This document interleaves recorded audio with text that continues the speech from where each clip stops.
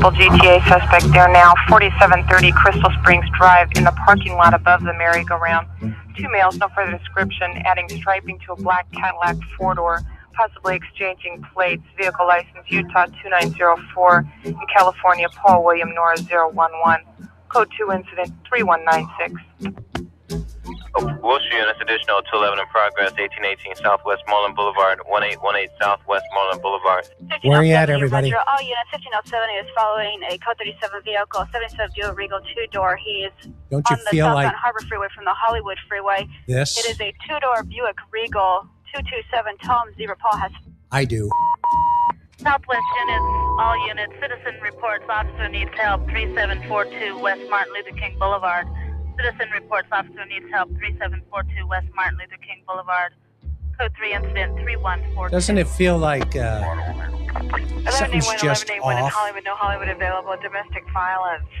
5139 Fountain Avenue. Code 2 weird. RD 669 apartment 8 incident 227. Nova Scotia's in the house, Indiana, Kentucky, Tennessee, Vermont. Possible license 1 Lincoln Zebra John 415. Everybody's here. John 415. Northbound Gramercy 5 to 10 Everybody minutes is ago. here. Two male Wisconsin, 20 to 25 years. Both New had York, guns, number one wearing white pants Massachusetts. and a black shirt. Incident 329 Hopefully, Washington, Joey, are you identified. here? 2845. I know you are, East buddy. Alvarado, 2879 en route with a 2-minute ETA. It's great having everybody in the chat tonight. Wow, what a lot of information coming at us over the last couple of days.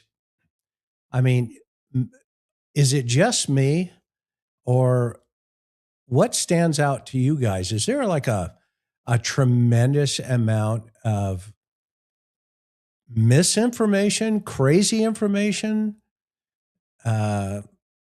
bizarre information?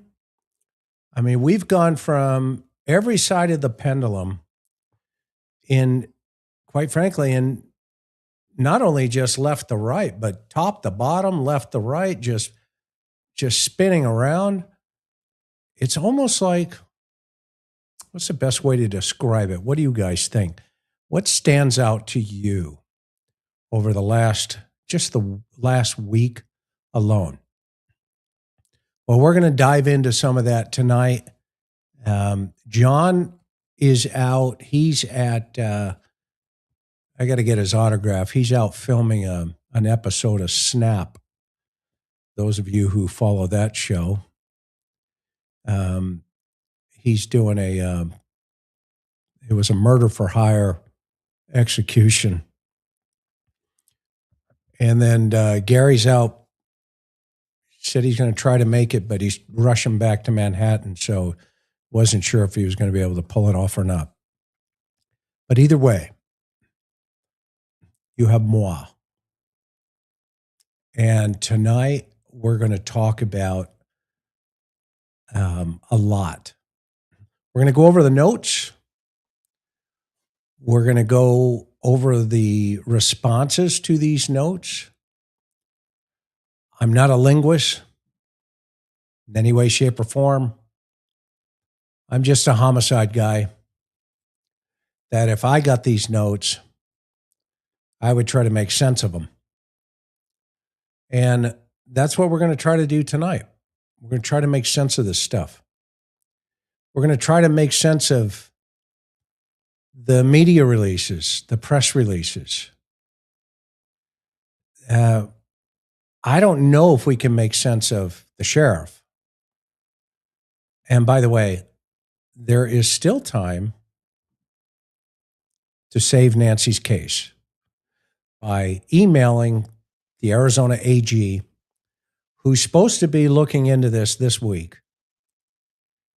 So there's his email address running at the top of the screen, aginfo@azag.gov. And we'll run that a little bit later here in the show as well. But there is just so much information going in so many different directions. It reminds me of the old Who's on First, Abbott and Costello, Laurel and Hardy, all the above. And we'll just throw in Charlie Chaplin and we'll go to the silent film because I think that would have been better in this circumstance. All right, so what are we talking about? Well, let's take on 3 different directions here. Number one, we're going to take on the 2 notes. And by the way, everything that the Sheriff's Department puts out is also a note. So we're going to take those on as well. The press releases and the verbiage within those press releases. So that's also something to keep in mind. We've got the 2 notes from the alleged suspects, which could be noise. Savannah believes that they're real. So we'll approach it from both directions. And then, of course, we have the responses to those notes as a whole. And then we have a response to the response in the Instagram messaging in between the media press release from the actual Sheriff's Department, at least the public information officer. I find it ironic that one of the things I've been worried about from day one, unfortunately, is this idea that there's this tit for tat going on behind the scenes with the administrators. And those of you who have been with me for the many years that we've been doing this on the YouTube, I find it's really interesting that Nanos comes out and fires off the notes. And then Kash Patel comes out on Hannity and fires off, well, the sheriff can own it. And then Savannah comes out and fires off,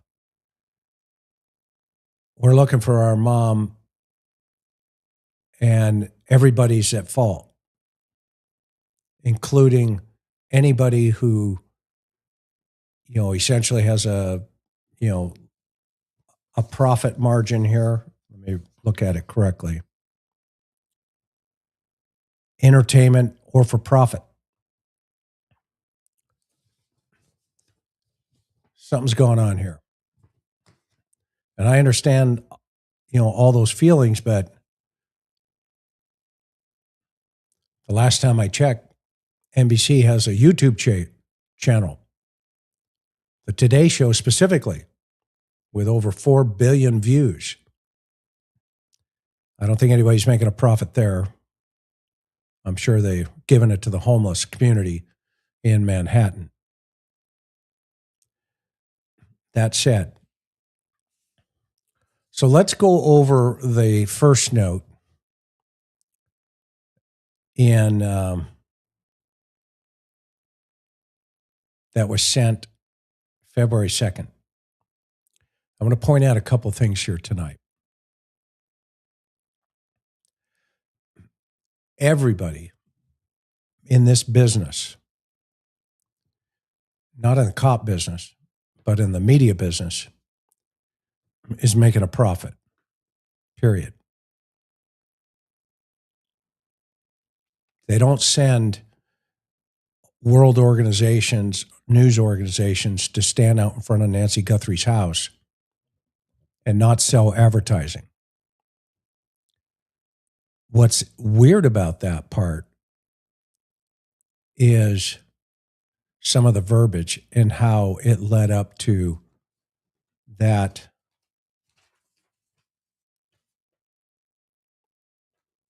messaging. So letter number 1, when we look at it, I'm going to read it real fast. Okay. First of all, it's personal. It's addressed to Savannah. It's not addressed to the family. It's addressed to Savannah. And it's pretty simple. We have your mother, Nancy. By the way, this is the only time Nancy is named in any of the correspondence that we're going to go over tonight.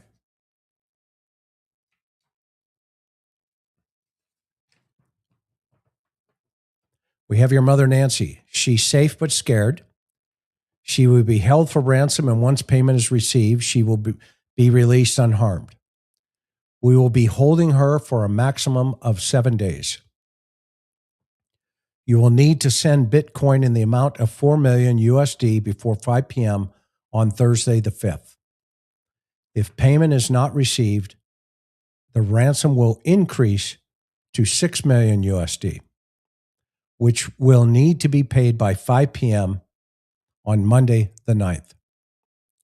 Once payment is received to the Bitcoin address below, she will be released within 12 hours of deposit to a safe drop-off location back in Tucson. If payment is not received, which is spelled incorrectly, by the last deadline on Monday the 9th at 5 p.m., she will be killed. Your mother is aware of this, and her life is in your hands. It is in the best interest of everyone to have this completed as soon as possible. You will not be able to contact me from here on out. There will be no negotiation. Do not play games. Law enforcement will not be able to help you. Well, that's a pretty direct. Let's get to business. Now, in Homicide 101, if you were working this case as an investigator and this note came in, you don't have time to get hold of a linguist and say, what's the writer trying to say here? So you have to do the best that you can and make sense of it.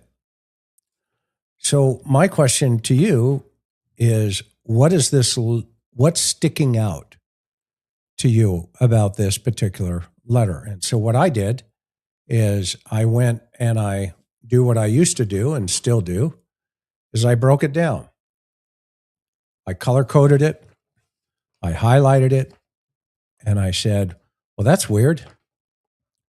And I started counting some of the craziness in it.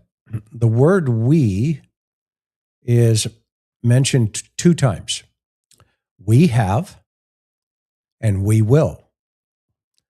That sounds pretty dynamic. The word she in the very first note is mentioned 6 times. She is, she will, and then she will again. She will again a 3rd time. She had.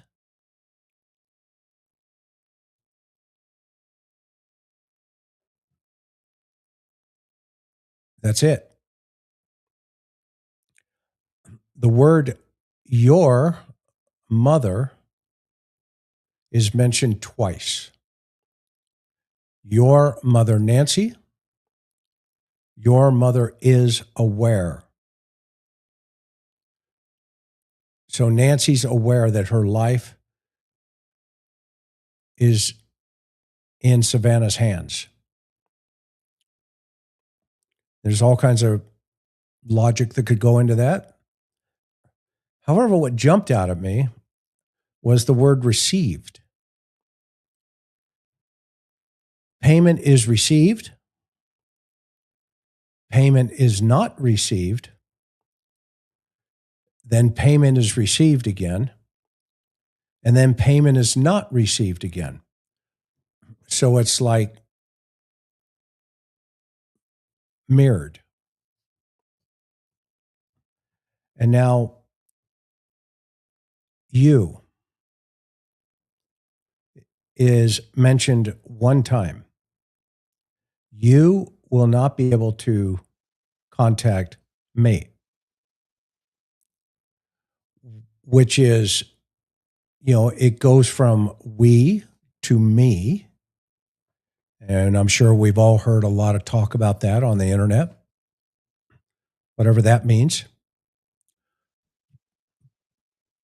However, there's some information in here that doesn't make any sense to me. One of them is she had a white smartwatch on the floor of the foot of her bed. Why is that? Why does that stand out to you? Why does that stand out to you? It stood out in my mind as this idea that said, okay, is this a piece of evidence that only the suspect would know? That the suspect placed the white watch at the foot of the bed? And if so, would the suspect also know that their DNA, if the suspect put it there, is potentially on that white watch? Or the argument of, well, maybe that she got into a tussle, then does that mean she had the watch on? Does that mean on the side of the bed she had a charger for that watch, which subsequently disconnected from, her pacemaker? Hey, so that made no sense to me, that the suspect feels it important enough to prove that they're inside the room. And then they also go on to say, as almost an afterthought, and the white floodlight in the backyard was destroyed.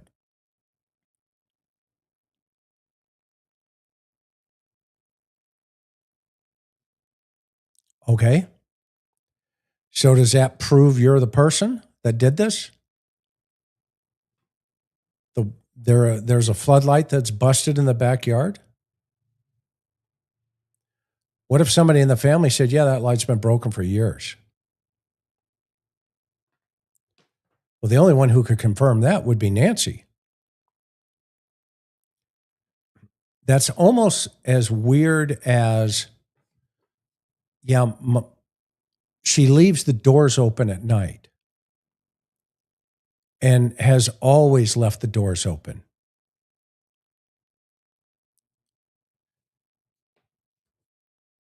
That's as weird as the guy showing up on the front porch, with his cosplay outfit on. But before that, he had done that maybe on a separate other occasion.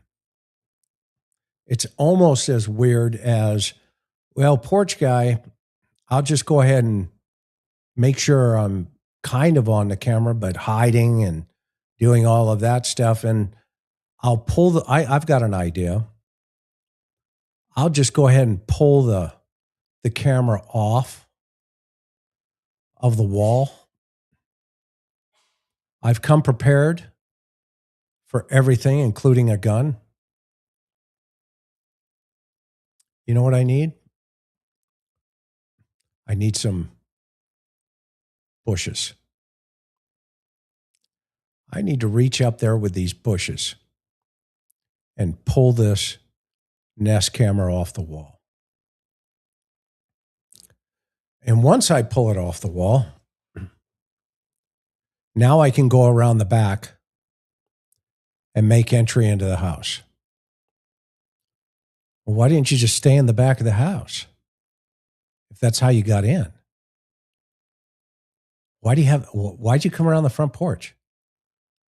What was that all about? Was that theater? You're walking around, you're going to take an 84-year-old woman out of the house. If your intent is to take her out of the back door and you're propping it open, according to the family, i.e. the reporting parties, Well, then why are you coming around the front? Just take her out the back. Either way, she's injured. You could have a vehicle back there, throw in the vehicle and get her out. Does that make sense to anybody? Does that make sense at all? So now we get into note number 2. And note number 2, as we know, is now shifting. It's shifting away from Savannah. So now when we step back for a moment and we think about Savannah being the target, somebody has a problem with Savannah. Well, the suspect now apparently doesn't have a problem with Savannah. The suspect wants to address the entire family. Guthrie family. We did not fully grasp the seriousness of her physical condition. We never intended to hurt her. That was not our intent. She perished shortly after she was taken. We believe it was heart-related. She is buried in nature now. Nothing you could have done could have changed the outcome. We want your family to know this. We want your family to know this and hope you can find peace. We are truly sorry.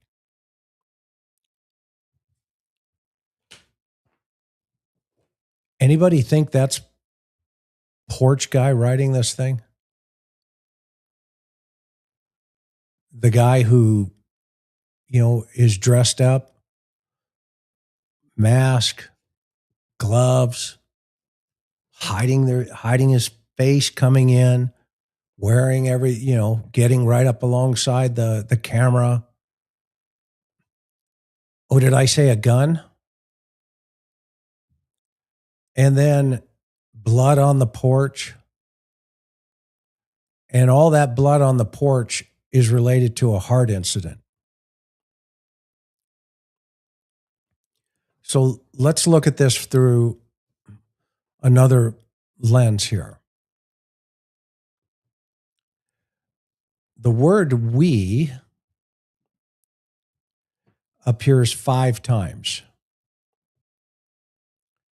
The word she appears 3 times. And the word her appears 2 times. We did, we never, we believe, we want, we are. We are truly sorry. We want your family. We did not. We never intended. We believe it was. The word she appears 3 times. She perished. She was taken. She is buried. The word her, again, is twice. Her physical condition hurt her. So what this writer would have us believe is they take this 84-year-old woman out of a house, write this first letter using only the word we twice in the first one, the word she 6 times, emphasis on she, and decides, well, she's gone. She's buried because we told them we would kill her if they didn't give, the payment. which I think we've all talked about this, about a payment plan. If we don't worry, if we look at, you don't do this by this time, which is a deadline, well, then, the price goes up for your mom. It's not like a layaway plan or something. That person that came into that house, that came to the porch, came with a serious intent. And what was that intent? Well, wearing a gun is your intent to use it if necessary. You don't write a letter and say, we never intended to hurt her. Well, then why'd you bring the gun? Why is there blood on the porch? Which, by the way, I saw the Wall Street Journal article, criticizing the investigation, et cetera. And that allegedly somebody said that, when the deputies got there, they thought it was all that blood on the porch was a cluster that they thought was from another incident or something to that effect. Well, I wonder who could have said something like that. And by the way, the blood was wet. So I'm not buying that piece of the puzzle yet. And then the last sentence here is, we are truly sorry. Okay, a couple of things that we definitely know, just on these two letters, if they're real or if they're noise. I've heard AI, I've heard, people from overseas, all of it. I won't know yet. Savannah thinks they're real. The sheriff, I don't know what he thinks, because he's cleared everybody and then he puts everybody back. Then he clears them again and then he puts everybody back. And then he clears them again. But I haven't heard anybody from the investigation say everybody's cleared. Not for me anyway. I've not heard the FBI say everybody's cleared. I've not heard the homicide guys say everybody's cleared. I've not heard any of that. I've heard one guy, the sheriff, who is being recommended for an indictment of being not truthful. Call me a prophet. Go figure. Now, here's the other side of this that we're not really paying attention to, but I think we need to dissect this equally as we do the first two notes. And those are the responses to those two notes. Now, we know that politics is in play here. Let's just be honest about it. We know that a senator can show up, Senator Kelly from Arizona, Friends of Savannah, who called him and said, hey, get involved. My mom's missing. And he does. He brings a box of donuts down to the sheriff's office to talk about everybody holding hands and doing the right thing and singing Kumbaya.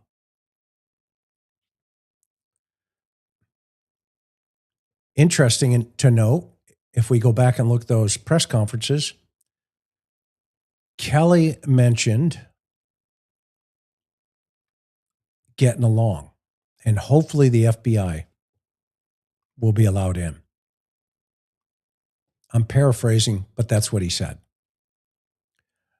So right behind the scenes, immediately, there was this rub of political problem right from the get-go.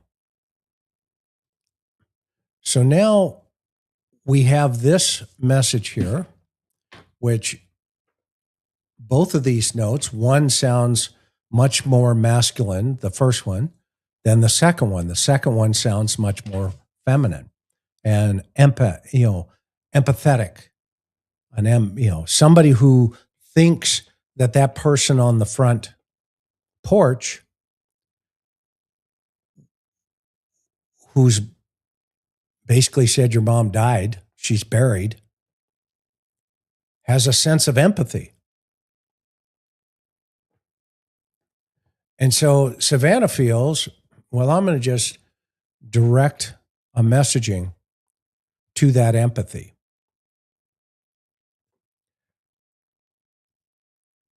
I'm not convinced that person who drug an 84-year-old woman out of her bed, which, by the way, remember, there's a report that some of the bed sheet clips were taken for, we don't know why, meaning they cut pieces of the bed sheet.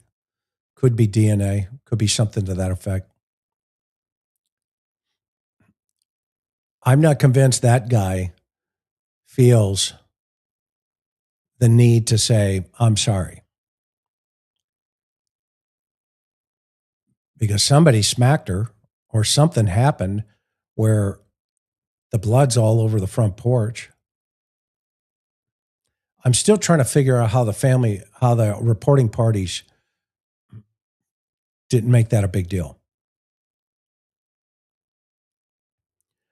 When they made it a big deal that she can't walk to the mailbox.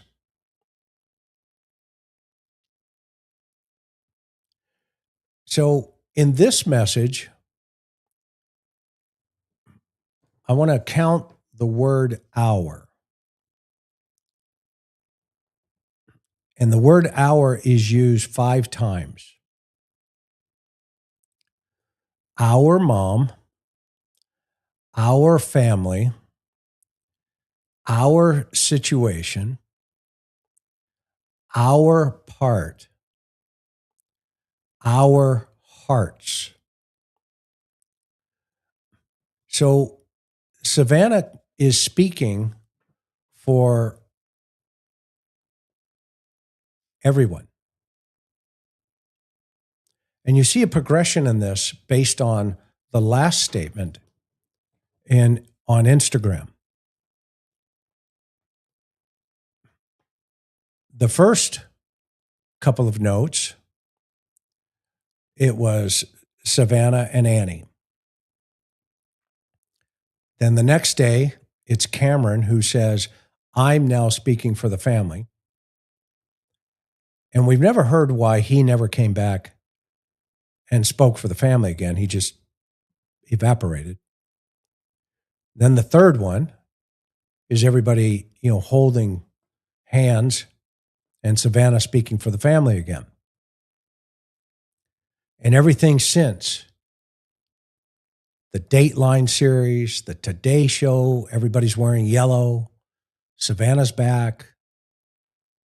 Everybody's, we can't believe it. What's going on? All the advertising's running. Ratings are going through the roof. The NBC executives are excited. They're rolling in the dough.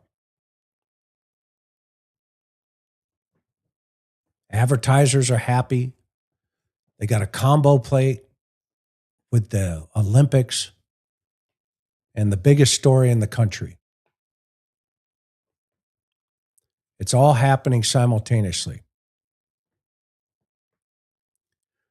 But listen to this note very carefully. I'm coming on today with a very specific message. Now, remember the idea that they do everything in sync. Cameron, Savannah, and Annie. So I'm assuming this message was approved by everybody and that everybody is in sync with each other. Because it starts out, it's been months since our mom was taken from us, plural, both sides. Our family is in agony. We are in a nightmare that will not end. Nothing about our situation has changed. We have done our part, and we will never stop looking for her. That's going to be important because of the next letter. We will always ache for her. Feel that hole in our, we will always ache for her. Feel that hole in our hearts. The world can be cruel and unforgiving and an unforgiving place. And I know you have tried to do things the right way. So I'm asking you, now she's gone from her family to her request, begging you to do the right thing now. Make the right choice. Help us find her. Tell us where to look for her. I truly believe it's never too late to do the right thing. Help us bring this situation to an end. For all of us, no matter where we've been and what we've done, I believe there is always a way home. Please make the right choice. So the word we is mentioned 6 times. We are, we have, we will, we will.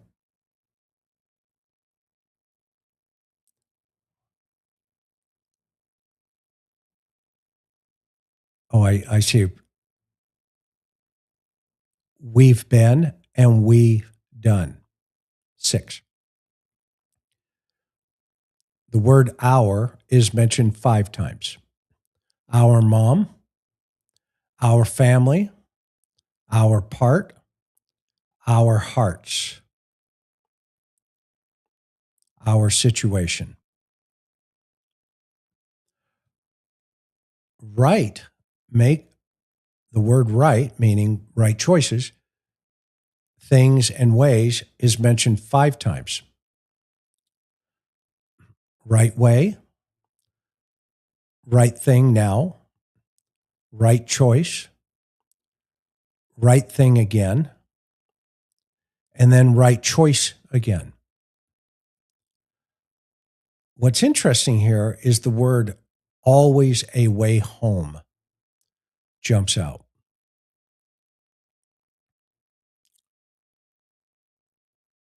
Why does the suspect need to be told to go home in this specific message?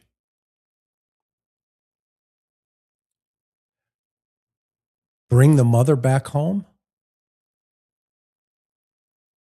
when in the letter she's buried?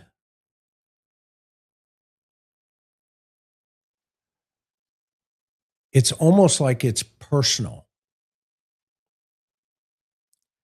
It's almost like when you look at the word her now, which is mentioned 4 times, for her,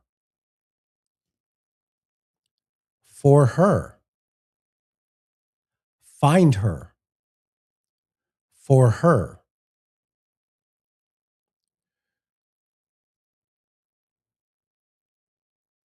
Make the right choice. Make the right choice for her. Why does a suspect need to make the right choice for her?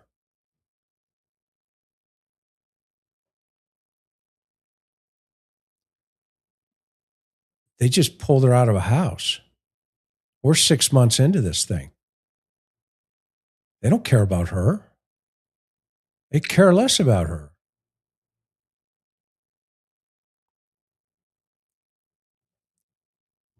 now we get into the press conferences and the releases of the latest information from the sheriff. A couple of days ago, he's asked by a 17-year-old reporter by the name of Wyatt out of Canada, friend of Ashley Bamfield's. And the kid grills him. I mean, he did a great job. And this idea, then immediately after that, I can see the PIO closing hypothetically closing the laptop saying, you got grilled moderately. I mean, they stuck a thermometer in him. He still wasn't at the right temperature, but he did a pretty good job. And then the phone ringing. Hey, it's, CBS, Fox, ABC. How come we don't get to talk to you? I want to know why he's not talking to Brian Enton. Brian's an amazing journalist. Brian won't let you off the hook. Oh, wait a minute. That's probably why. Brian will probably ask the hard questions that, I don't know, maybe the sheriff wants to, maybe doesn't want to answer them. But anyway, there were a couple of curveballs that were thrown at him. And in this press conference, in these last 3 conversations that he's had with the world, because it is the world that he's talking to, in there we learn that everybody's on the table potentially. Now, who encompasses that everybody? He hasn't told us that. But he did say early on that, well, the reason we do things that, investigatively is to eliminate and to, put people into the circle. But we haven't heard what that means. What exactly does that mean? We've heard, a lot of, double talk on,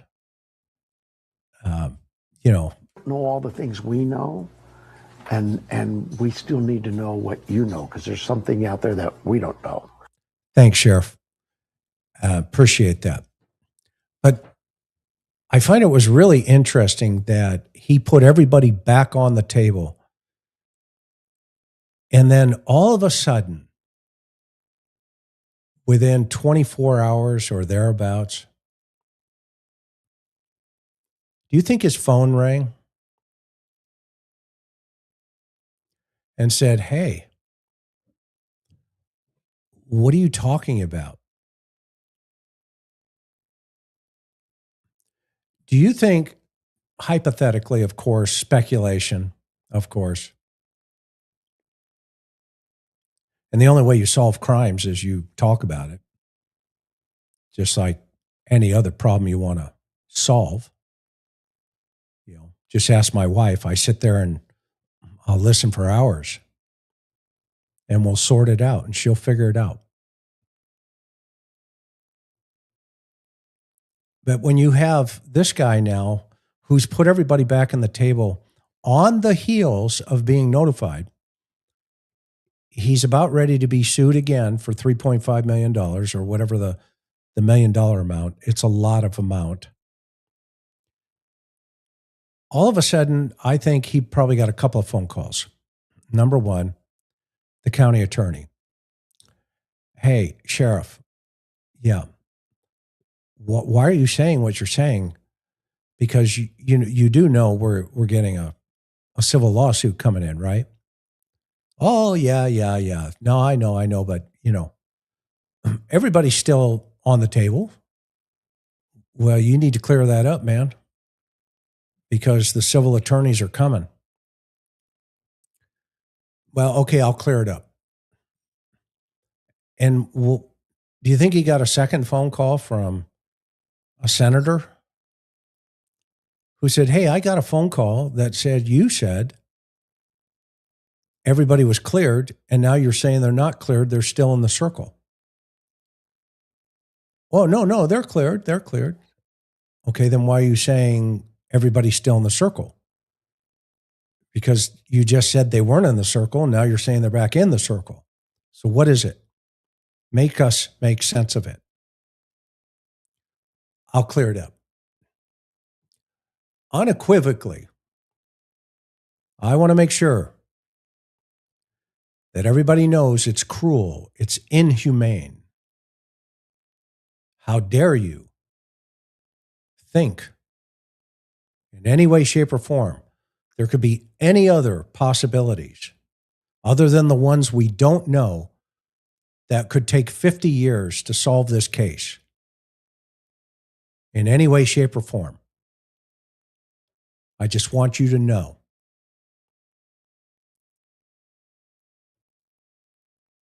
that Know all the things we know, and we still need to know what you know, because there's something out there that we don't know. and that's what we know. So I'm going to tell you again, everybody's cleared on that side. Awesome. Then I'm sure there will be a press conference. And I'm sure we'll hear about how folks got into the house. I'm sure we're going to hear about what the conversations were at dinner. I'm sure we're going to hear about, how people got escorted into the home, Nancy, or left, or what time they, got back, because we know what time they arrived. I'm sure we're going to hear about the garage door opening in the morning. And did they get there at 9, 11, 10? Which time was it? And in 7 minutes, within getting onto the property, there was a 911 call. I'm sure we're going to hear about that press conference coming up. And I'm hoping the sheriff is organizing it. And I'm hoping that the family is calling him, because he just also said, nobody's been talking, but you have his number. I mean, we probably want to make a phone call over there, would you think? And ask the sheriff, how's it going? Looking for my mom? That would probably be a good thing. Bet you probably want the media. You probably want YouTube. You probably want NBC, CBS, ABC, News Nation, Fox Nation, Megyn Kelly, all of the YouTubers. You probably want them involved, we're assuming. That's probably a logical conclusion. If I was the case agent, I would say, get everybody involved. I need information because the suspect has her and she's not at the house. And we have an indication here based off of what we're hearing. If these notes are legit, she's buried somewhere. Let's organize some search teams and start canvassing. Well, let's do two things. Let's look at the information that we have about all the inbound vehicles coming into this neighborhood. Okay, well, what systems do we have that can do that? Oh, okay, I know a couple of Israeli companies that can do it. Got it. All right, let's do it.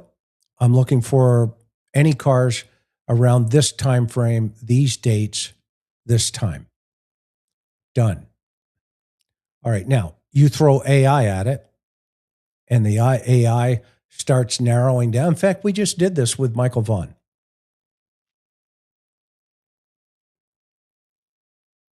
The Cold Case Foundation.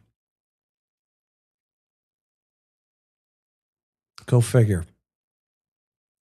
And there's Stacy Wandra at the park checking his car from the CCTV. I'll be darned. That was hard. So let's say now you're looking for this car and you find this car or a car, certain cars coming and going in and out of that neighborhood. Because you see, it's a lot easier to find a car than it is to find a body. And then you look for anomalies within those timelines. And then you correlate the cellular phone technology to overlay it on top of that, i.e., a la Brian Koberger. And then once you figure that piece of the puzzle out, you say, oh, wow, look at this. A white Elantra, and look at how many times this phone pinged in that neighborhood pre-incident behavior to anybody coming in there before the murders. Well, in this case, we have evidence that there was pre-incident behavior. We have Kash Patel saying and releasing various photographs, potentially on various 2 different nights. Okay, well, how then and why then did the suspect take such a risk to come to the house either the night before or a week before or whatever the time frame is going to be?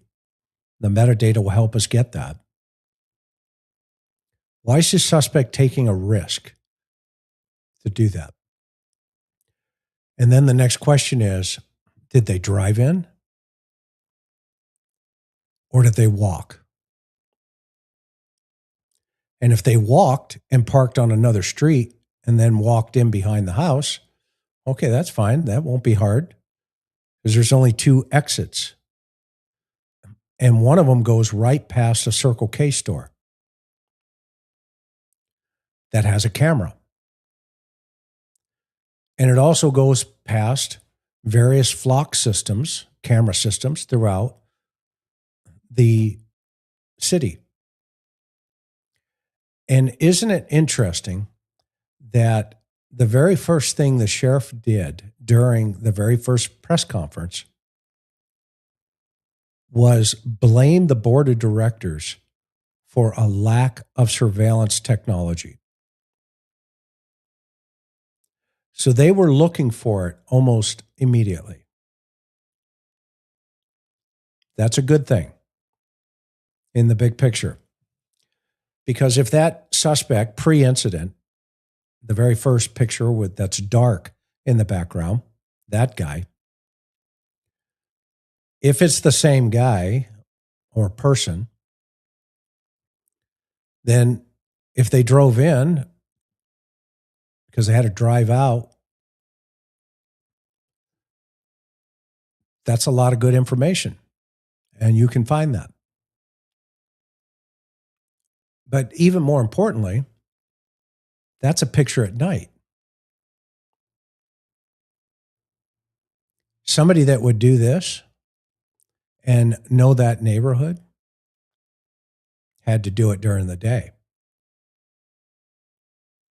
Now that camera has captured a car clear as day.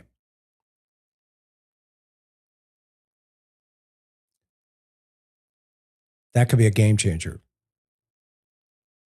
Because if the suspect just arbitrarily shows up the night or 2 nights before and they've never been in that neighborhood, well, then how do they know Nancy's car or house?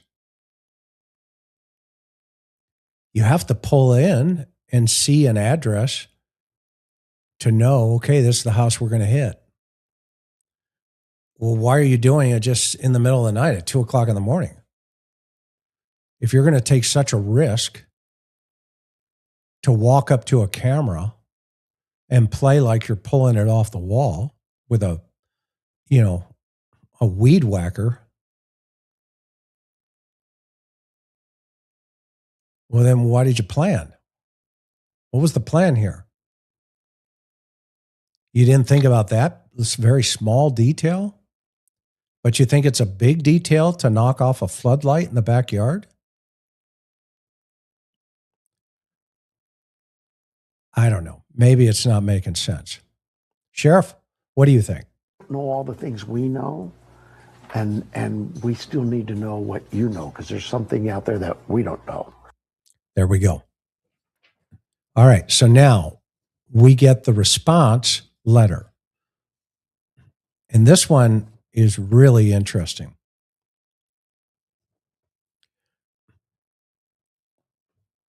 Now, some people are going to criticize me and saying, why are you, saying this or saying that? I'm not saying anybody is a suspect. I haven't said any of that. What I'm saying is I'm trying to help like the next person and report on what we're being told and what we're seeing. Nothing more, nothing less. Okay? I don't know who the suspect is. I'm basing my conversations off of my experience. And I've made videos about it in relationship to following the bouncing ball. I could be 1,000% wrong. And I'm okay with that. It's fine. Okay. But I have a couple questions. And first of all, this latest response, again, it shifts back to Savannah. Why is Savannah carrying all of this weight for the family? Why is there not another press conference where everybody's sitting on the couch and the media says, I have a question.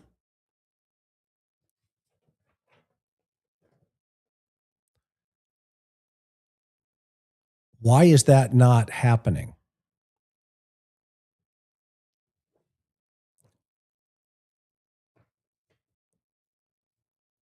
This is our beautiful mother, our beautiful mom. 6 months ago, someone took her out of her bed in the dead of night. We have lived every moment, every breath, and every heartbeat in agony and despair ever since. I don't doubt that in any way, shape, or form, Savannah. That is an emotional plea. No question about it. By the way, the word we in this text is mentioned 16 times.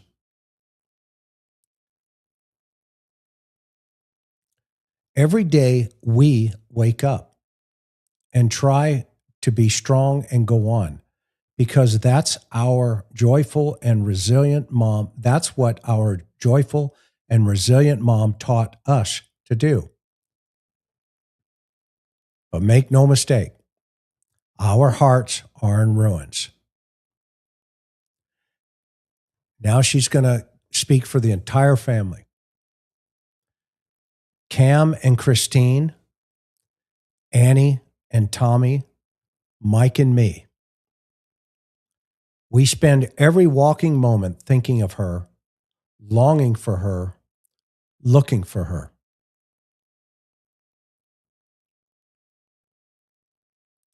This is a hole inside of us that can never be filled. There is an ache that cannot be softened.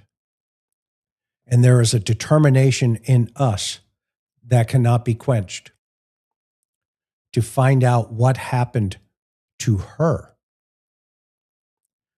so that we can give her the dignity of a proper goodbye, a celebration of her remarkable life. that she so deserves. The word her is mentioned 9 times. The word us is mentioned 3 times. The word our is mentioned 5 times. You know who's not mentioned?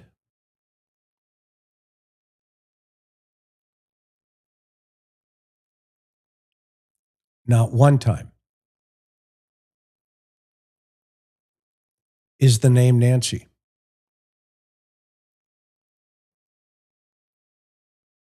Sheriff, what do you think? Know all the things we know, and we still need to know what you know, because there's something out there that we don't know. The word looking is mentioned 3 times. Looking for her. Looking for answers. Looking for the light.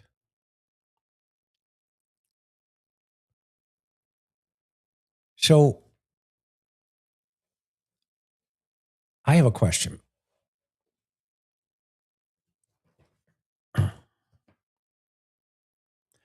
The word our is mentioned 5 times.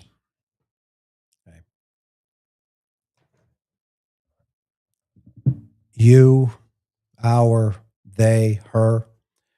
What's interesting is this, in this one, is there is a shift. And it's a shift to someone. We are begging for help. We are desperate. We need someone to come forward. Someone knows something. Someone suspects something. Someone recognizes the writing in the ransom demand notes. Someone has noticed something different, strange, troubling. Or perhaps with someone they deeply love. So she's pleading for someone in a family to snitch on a family member, or a boyfriend, or a girlfriend, or someone they deeply love. That's an interesting take, to ask someone to do that. Because in this letter, someone is loved by somebody. And there is a comparative analysis behaviorally to the love that they have collectively for their mother. So someone must have the same feeling about their loved one who may have done this crime. And you may have noticed that someone that you love have changed their behavior.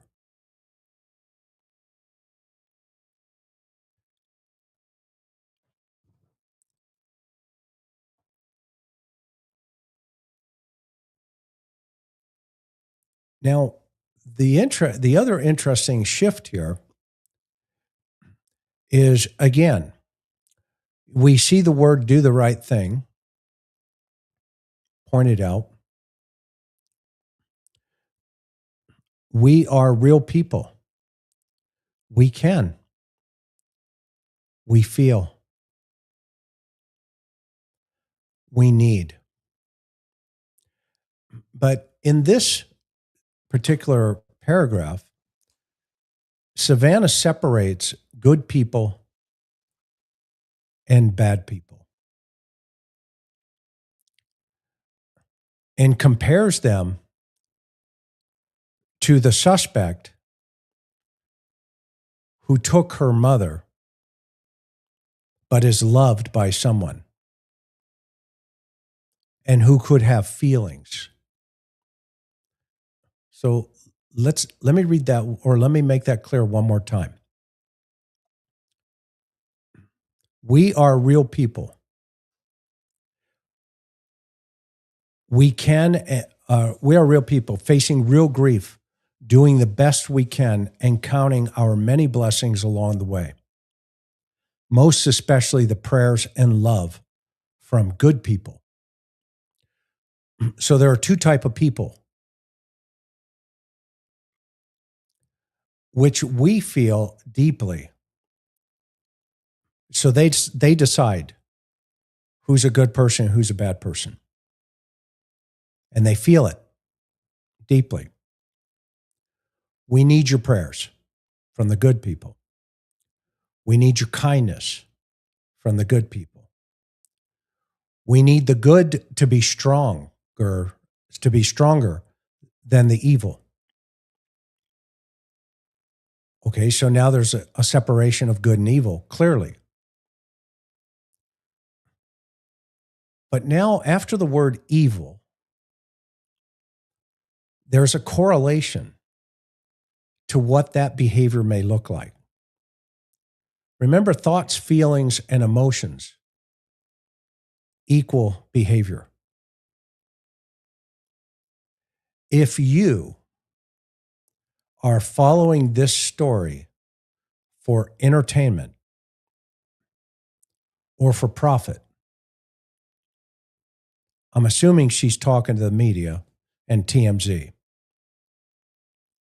And I'm assuming she's talking to the advertising companies that would advertise on those platforms.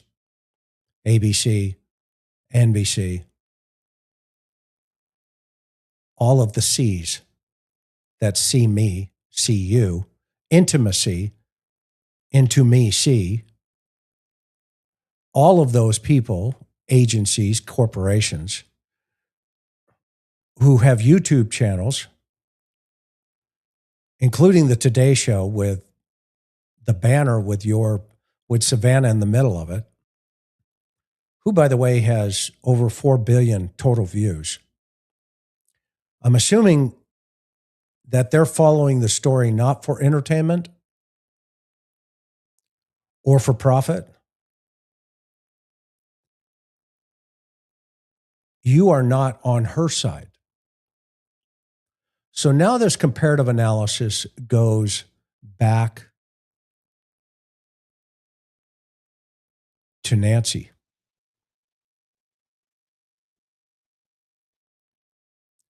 You are part of the harm perpetrated against her.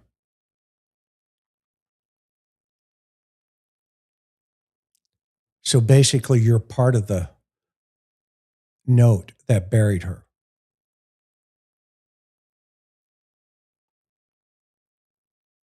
Wow.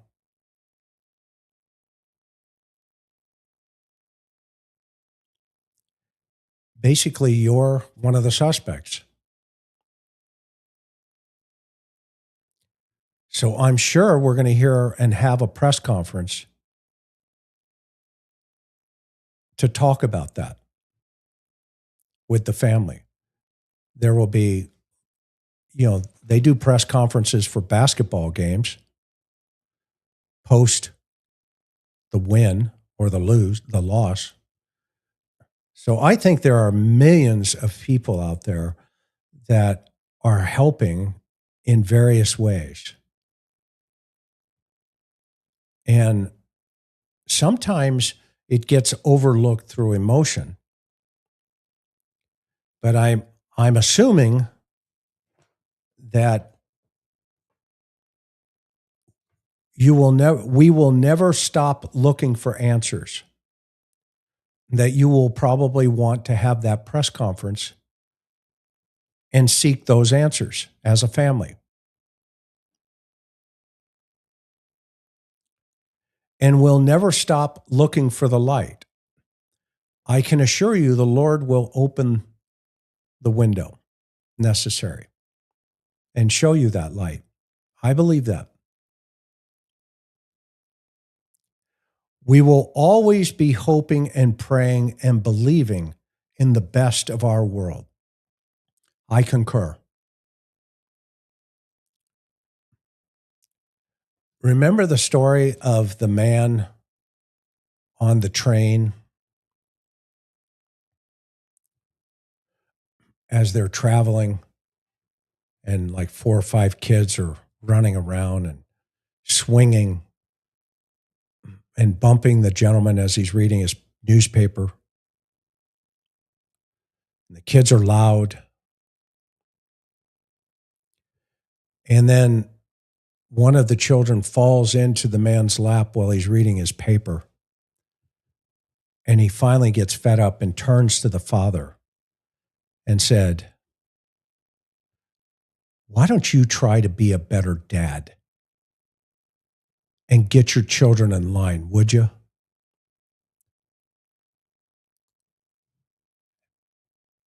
And the father,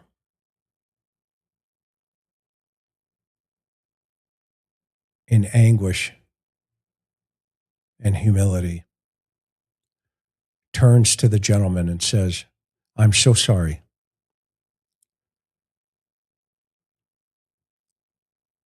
Their mother died. I haven't been able to tell them yet. I'll work on that."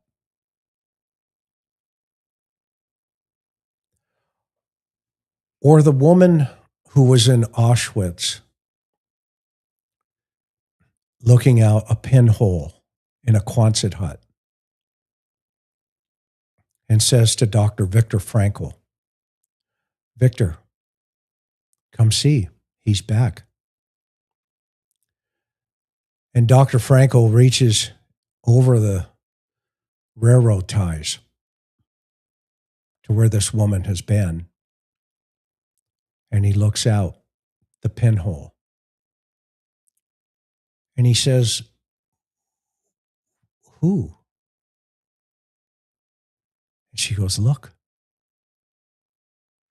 And he looks in the distance in a tree with a single leaf. And she smiles and says, "Victor, he's returned."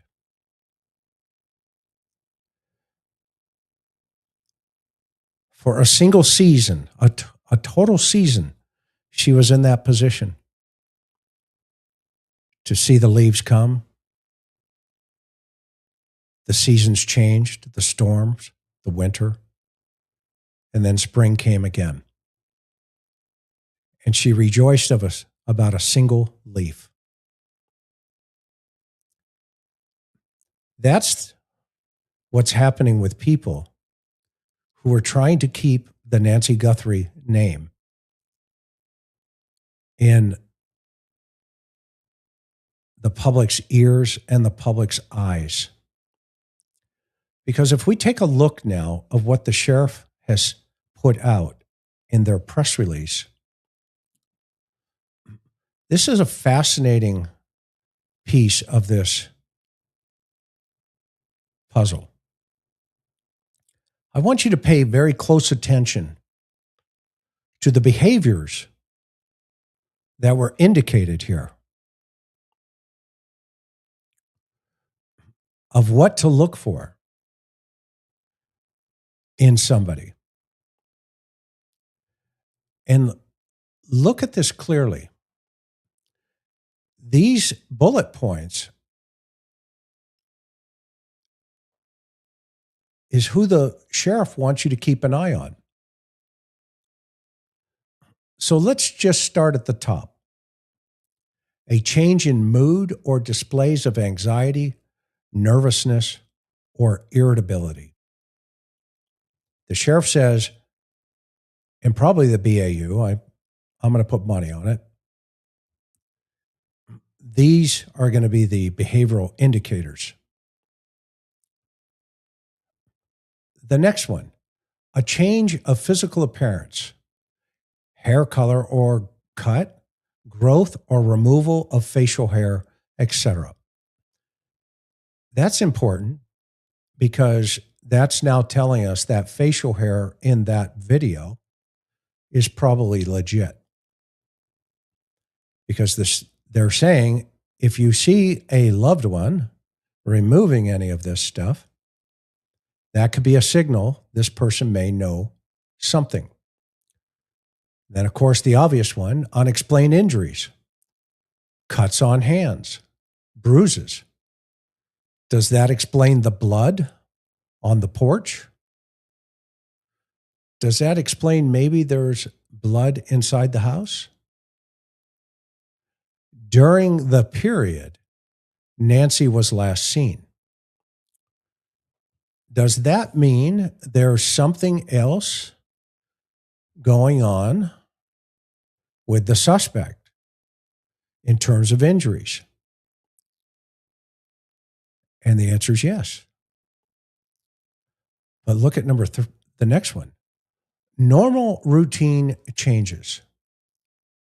Missing work. I find this next word fascinating. Classes or appointments.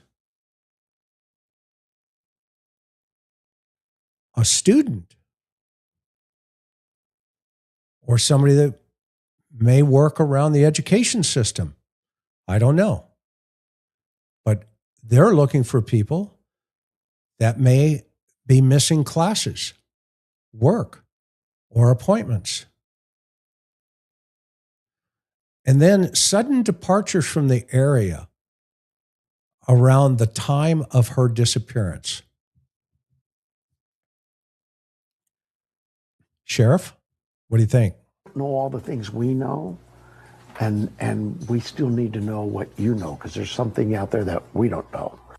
I agree. How about the next one? Vehicle repairing and vehicle cleaning.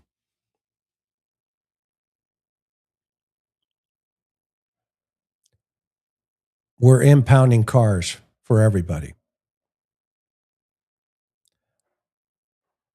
The Range Rover, Nancy's car, the RP's cars. Carlos didn't get his car impounded. One was kept for almost 40 days, sent to the shop to be put back together. Unexplained interest or disinterest in Nancy Guthrie's neighborhood.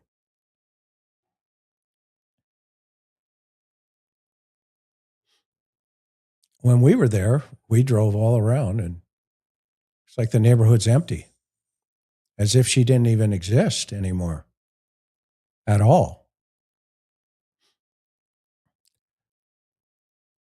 And here's a really good one.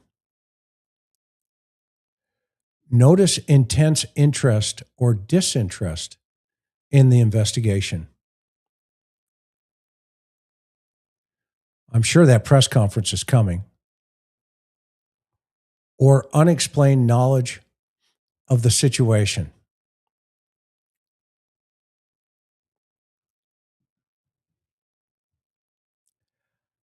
I don't know. I think the sheriff is talking to someone. And I think Savannah is talking to someone. But when you look at this, she's talking for everyone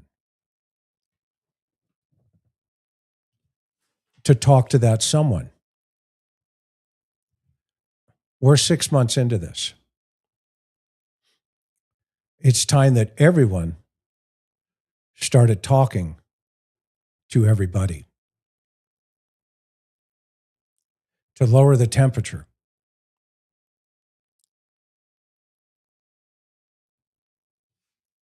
Because if we look at this in its big picture, there are a couple things happening around the corner where the civil attorneys are going to get involved from Carlos's side. Maybe this Luke guy who hasn't been taken off the table. At least he wasn't a couple of days ago, according to the sheriff, allegedly. Maybe he's lining up some folks. So then that would mean it would be really interesting if we want to build the pressure on the suspect, which seems to be the strategy, which is logical. Let's have a press conference.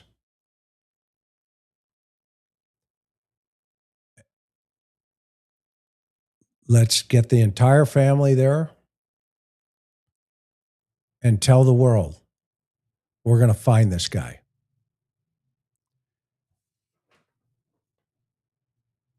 Because we're looking for her. We're thinking of her. We're longing for her. I want to introduce my family. This is Cam. This is so-and-so. This is such and such, so-and-so. And this is my husband.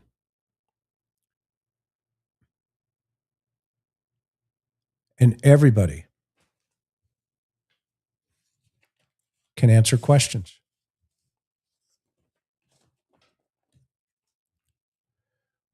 I don't know. Cognitive dissonance? PC-32? I have no idea.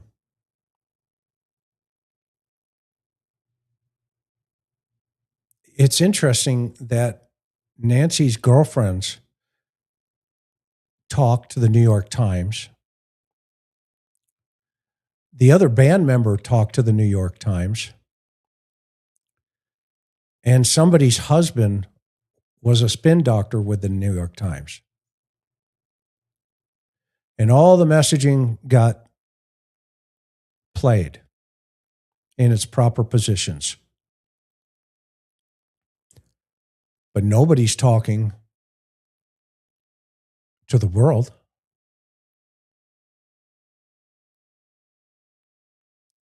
While looking and searching.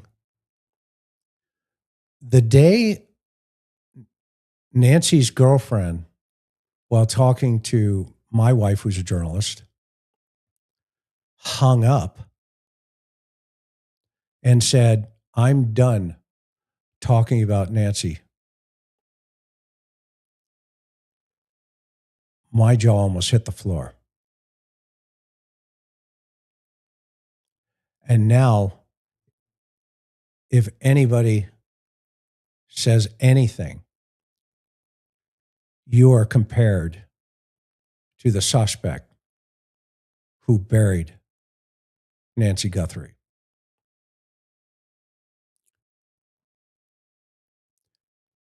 Let's get to your thoughts.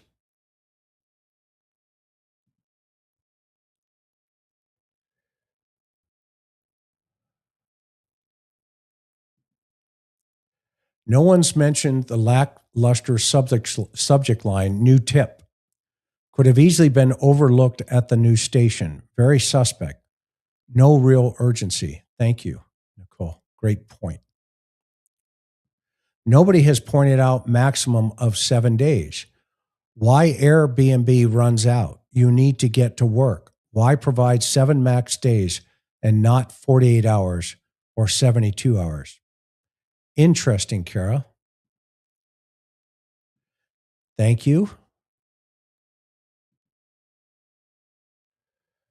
God bless Chris and Karen. The team will be the ones to break the case. Well, I am one of the good guys trying to help. I don't want to be that other guy. Trust me. I don't want to be compared to that guy on the front porch. Can you confirm there is a new lead detective on case? Retired Pima County cop said the other one got promoted. It's true. That's a good thing. No, that's not the lead detective.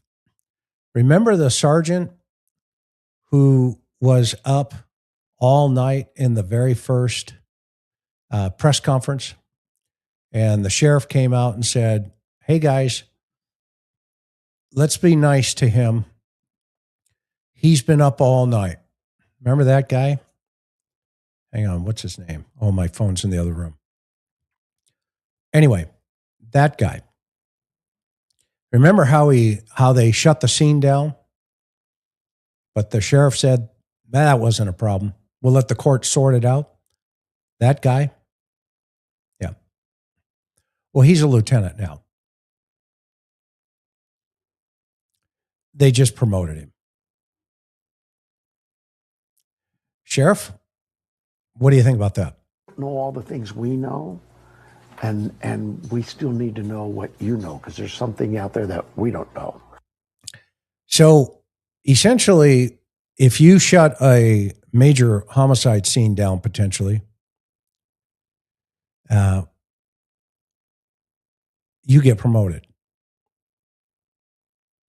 You're a lieutenant now. And by the way, if you order officers to go make arrest and you put it in your report that I was ordered to do that to prevent the civil lawsuit against you, you get suspended. Or if you're told in a essay where a green shirt was being looked at and the dog of the victim bit the victim or the suspect, and you're looking for blood, but you're told to go search a home where the possible suspect was crashing, but you don't have probable cause to get a search warrant to do that. Notice how interesting that was that the sheriff mentioned in one of his press conferences just the other day. We had probable cause. We don't want to do, unlawful searches and all this other stuff. Remember, he inadvertently said that. Go figure. Okay. When you have a detective who says, I'm not doing that. I'm not going to violate the Fourth Amendment. Are you kidding me? Well, then you're suspended. And then you get a junior detective who does it and gets a warrant, and they don't find anything. And then it comes out that detective who said, I'm not doing that, just like the same officers who said, I'm not doing that, and were ordered to do it. And then the DA comes along to the streamers, the YouTubers, who apparently are not on Nancy's side.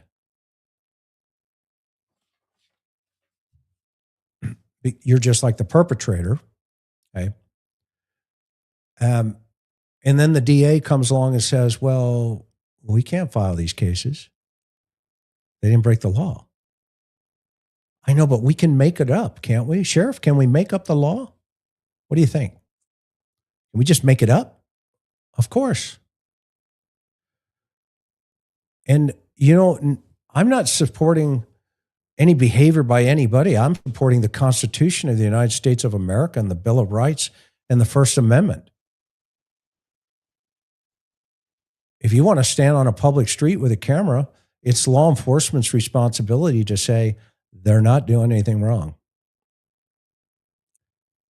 And you move on. And guess what? The DA saw that and moved on and dismissed the cases. And by the way, you can't set somebody up and then when they resist, there's Supreme Court precedents. It's called Graham versus O'Connor. And that citizen says, why are you arresting me? And you go hands on and you take them down. Okay. Well, as they used to say, that could be a problem in River City. The Music Man knew what he was talking about. So that's all I'm saying to answer your question about this guy is now a lieutenant.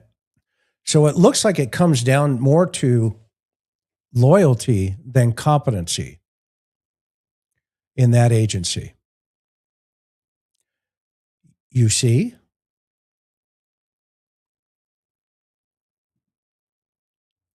let's look for some more.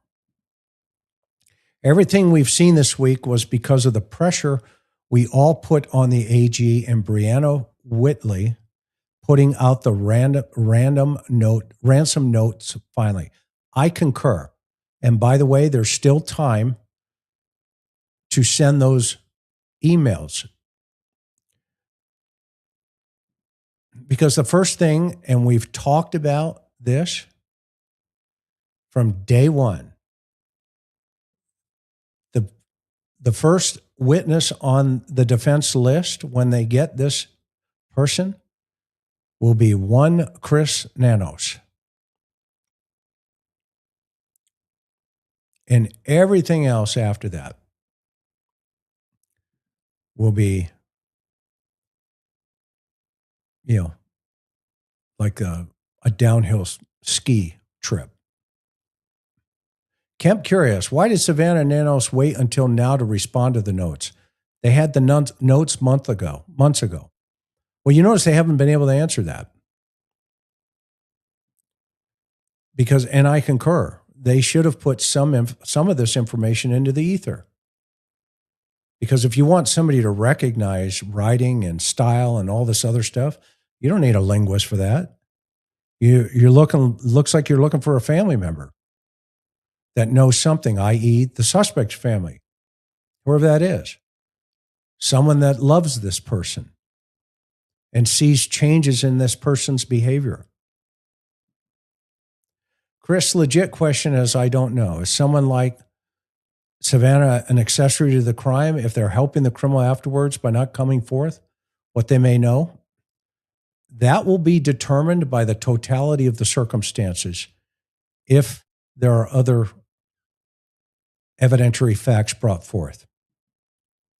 Not sure if it's meaning, but what if she was even talking to herself, at least subconsciously? I have no idea. That's a great question. If this is an abduction, not elimination, why the second letter? We're so sorry. Instead of making them believe Nancy is still alive. Great question. Why give hope when there is 100% no hope? Not only that, if you've read that letter and you read it earlier, why are you coming down the driveway with a letter to, as if you're projecting, we're looking, we're doing, we're feeling all of this hope? What was that all about? I always thought that was interesting. Thank you. God bless you. You're so sweet. Which happened first? The YouTubers made to leave or memorial cleared away? Interesting if they made YouTubers go away prior to clearing the memorial. I think it was a combo play.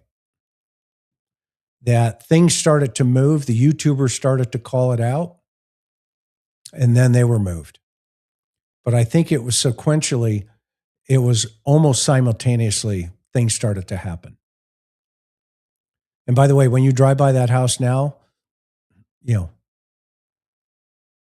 at the time, you would have thought if Nancy was out there, she would have wanted to come home. I mean, it's like having a soldier in Afghanistan and they come home and there's this big, yellow ribbon on the trees for around the neighborhood for, Bob and his son who's fighting.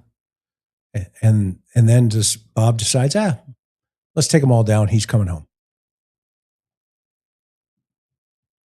I mentioned earlier the numbers. All the numbers are sequential. Thank you. It seems like every family has a press conference, right? Let's see. When Tyler was being accused of harming his son, Michael, he stood next to Chief Huff in every single press conference. Chris, could it have been Savannah that called the family to say, Mom didn't show up for church? How come? Because it was virtual attendance in allegedly Savannah's church. I think it was reported to the New York Times that the girlfriends called and that they called some point of contact. We're told that, according to the sheriff, it was the family. And at that time, it would be the reporting parties to 911 which was Annie and Tommaso. We're also told early on, if we go and look at the press conferences, that it was Tommaso who took her over there that night. But that fluctuates. When he was asked what time they got there, the sheriff said in the morning, 11 a.m. And then that was changed to 11:56 when the 911 or when they got over there. And then that drifted to the 911 call, which I believe was at 12:06. We got to look at the timeline that they put out in the press conference. So if we think about the night before, the sheriff says to one of the reporters there in front of the house, and by the way, the homicide guys got there at 2:00 in the afternoon. So military time, that's 1400. So I know this for a fact because I've got that confirmed 1,000%. They get there 2:00. Now that means if the call comes in at 12:06, that's almost an hour and whatever it is, change, just under 2 hours. All right. In that 2 hours, there are conversations taking place between the deputy with their body cameras and the RPs. The conversations about, we think it's a medical event, or that's what we thought. There's no way this is a walkaway. No way this is a walkaway. So now we have to say, okay, does the deputy go and the body camera will tell us this? Does the deputy go to the front porch and see all the blood? Or does he go, that's old blood? Well, it's not old blood. That's wet blood. It's not even dried yet. Even when the media was there, it's still not dried because that's temperature, humidity, and a variety of other factors. Okay. Now it's almost there, but not completely. That's not old blood. That's fresh blood. And they're thinking, okay, well, whose blood is that? Well, later on we discover through rapid DNA, remember the sheriff said, we have rapid DNA, but our machine was down, so we sent it to Phoenix. Okay, well, there's a couple of machines that do that. One of them is through a company called Andy. And it's you take the swab, you put it in the tester, and within 2 hours, it tells you, boom, here you go. And that's what they did. Their machine was down. The sheriff even said it in that press conference. And so they sent it to Phoenix. And Phoenix PD said, their lab, yep, we have a DNA profile. Boom, it's Nancy. They knew right away within 48 hours it was Nancy. So now the call comes in 12:06, but the night before the sheriff said, well, they got there at 11. But then that changed again. Remember, to 11:56. That's 56 minutes that I've had a problem with in my head. But just ask my wife, just ask my kids, ask my friends, ask anybody I go to church with. That guy's got a problem in his head anyway. And in fact, what does the sheriff say? Know all the things we know, and we still need to know what you know, because there's something out there that we don't know. There you go. Even he agrees. But that said, if it's 11 a.m., that gives an hour and 6 minutes on the scene from the RPs, the reporting parties. And guess what will solve that mystery? When the girlfriend's called and the phones. And so, can we see your phone? Yeah. They show up at the house with what they call a UFED. That's a Celebrite product, and it downloads all that information. time of call, yada, yada, woofa, woofa. And then they compare it to tower pings. Hey, whoa, wait a minute. We're missing this time. A la Brian Koberger. Click, it was on airplane mode. Or it was click, actually turned off. Cy Ray can tell you all about it. Okay? All of these things start becoming very important to that 56 minutes. Because does that mean that we're not going to talk about how the family got into the residence? You notice the sheriff has never said how that happened. Well, when they pulled up to look for mom, the RPs, they go through the garage? They go through the front door? Did they go around the back and only the back? And is that how they get in? All the time? Do they have a key? Do they have a garage clicker? How about an app on the phone to open the garage? Mom's 84 years old. We're the primary caretakers. We're less than 2 miles away from her house. 24/7, 365. In fact, we were the first ones called. Okay. I'm sure the press conference will tell us how they got in the house. What's the point of entry? To look for mom. If the gate's open when they pull up, okay, great. They go in the back and they look and they see the doors propped open. That's the information. Not from the sheriff.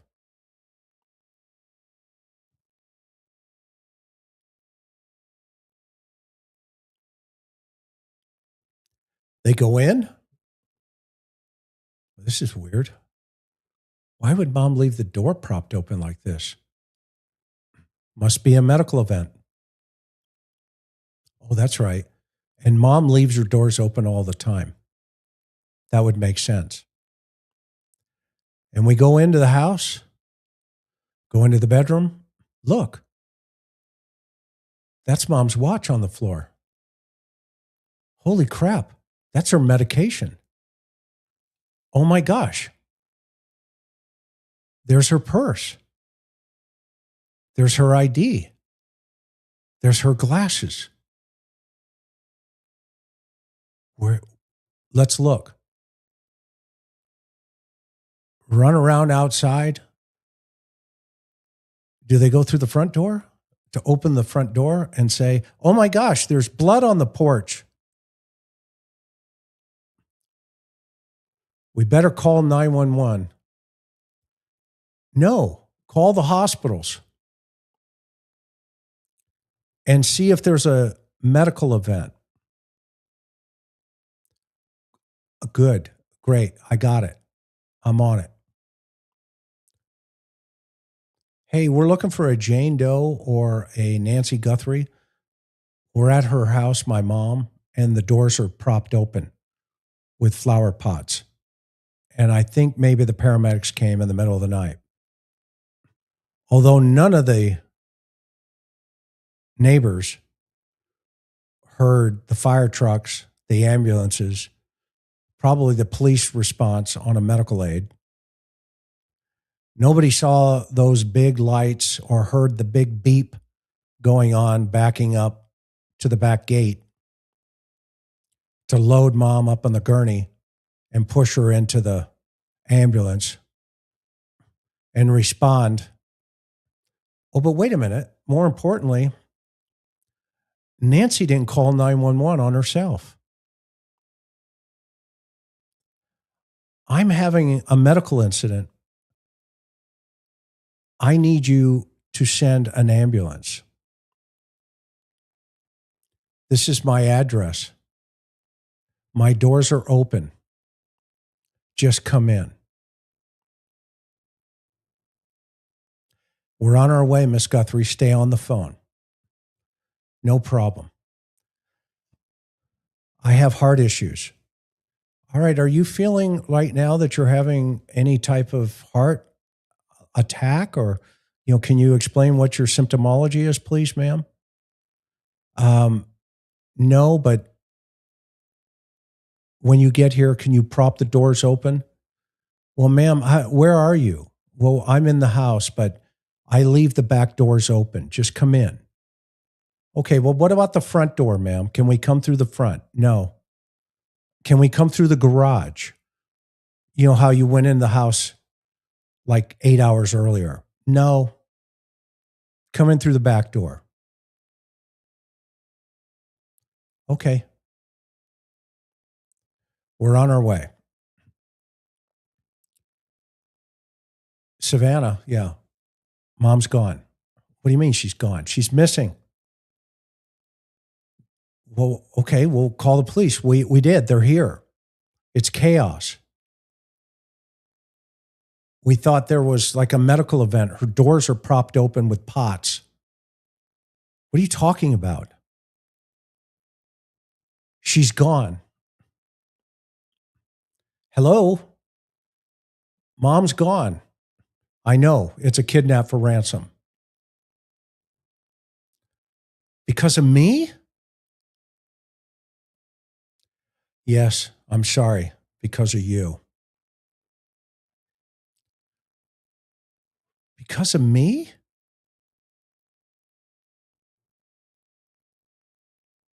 Correct.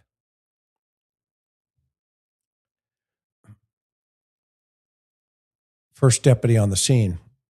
How'd you get in the house? Well, we're not telling anybody. We're not telling the public.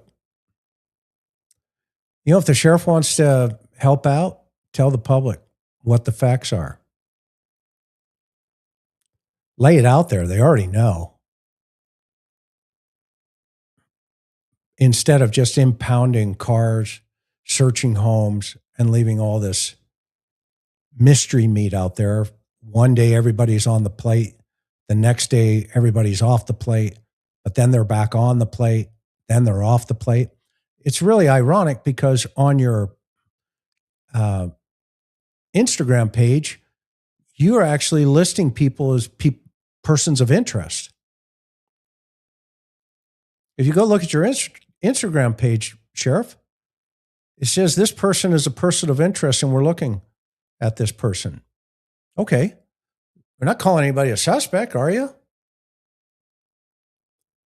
But why not tamper this down a little and put out, rather than hold it for 6 months, stuff like this? Well, okay, great. I'm sure you're going to release the 911 call now. And that should clarify everything. Or do you have to have a really good attorney, or a really good investigative reporter like, I don't know, we'll just use Juanita Adami, or, Brian Enton or Matt Johnson or Jesse Weber. I mean, Megan Kelly, Anjanette Levy. I'll just keep going down, Ashley. I'll just keep going down the list. You'll just stick to your locals, but not let the national news know about these things until they get their attorneys involved. And the attorneys say, hey, well, wait, when are you going to release this stuff? Well, we're not releasing anything because it's an ongoing investigation. So what we're going to do is just kind of keep dancing around the situation. Okay, well, can I ask you a question? Yeah. Why'd you hold the car for 40 days? Why did you search the house? Did you get anything out of the house? Did you get anything out of the car? What kind of experience did they have waiting for their car? And by the way, can we hear the 911 call?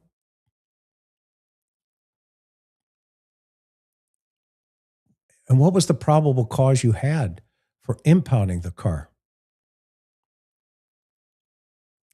Did you find any brush underneath the car? Do you have any telematics data? How about material inside the air filters that you can send to a botanist and see where that particular material may be indigenous to. Any of that?